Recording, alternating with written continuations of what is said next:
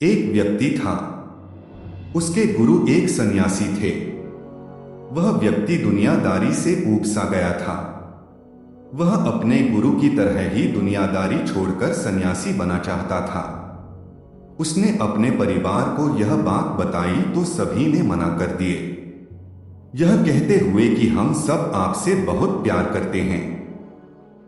फिर उसने अपने गुरु को यह बात बताई, परंतु साथ ही कहा कि उनका घर परिवार, बच्चे और पत्नी उसे संन्यास लेने नहीं दे रहे हैं क्योंकि वह मुझसे बेहद प्यार करते हैं। गुरु ने कहा, यह किसी सूरत में प्यार नहीं है। गुरु ने उसे बहुत समझाया पर वह व्यक्ति नहीं मान रहा था। फिर गुरु ने कहा, अच्छा ठीक है। गुरु जी उस व्यक्ति को मठ में ले गए।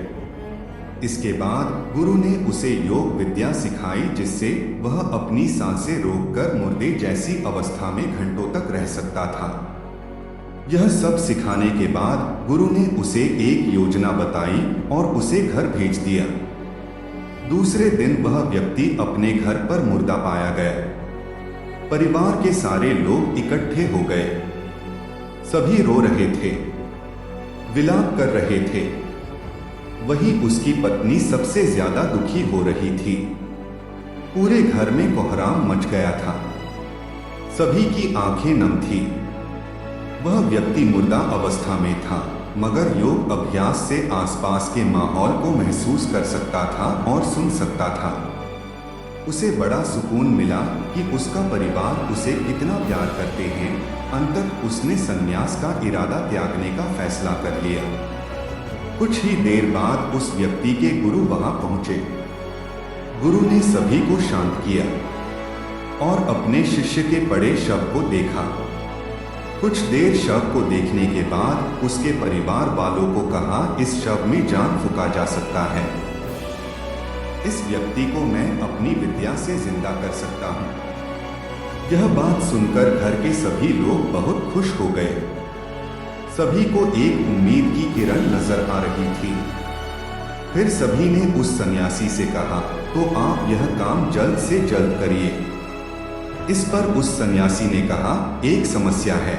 इस कार्य लिए परिवार के किसी अन्य सदस्य को अपनी प्राण त्यागना होगा। यह सुनकर सभी लोगों की सांसें रुकी की रुकी रह गई। सभी ने एक दूसरे को देखा। सन्यासी ने परिवार के सभी सदस्यों से एक एक कर पूछा, पर किसी ने भी हाँ नहीं कहा। सभी ने अपनी जान की जरूरत बताई और अपनी जिंदारी भी। सन्यासी ने फिर उस व्यक्ति के पत्नी से कहा, अगर यह नहीं रहे तो तुम कैसे जियोगी?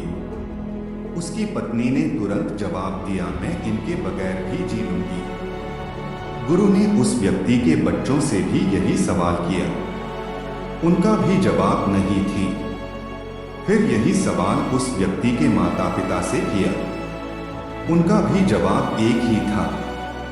इसके बाद गुरु उस व्यक्ति के शव के पास आए और बोले, हे व्यक्ति, तुम उठ खड़े हो जाओ।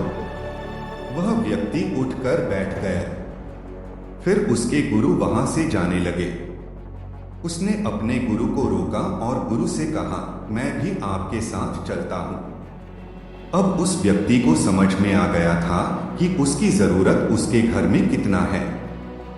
अब वह एक पल भी अपने घर में रहना नहीं चाहता था।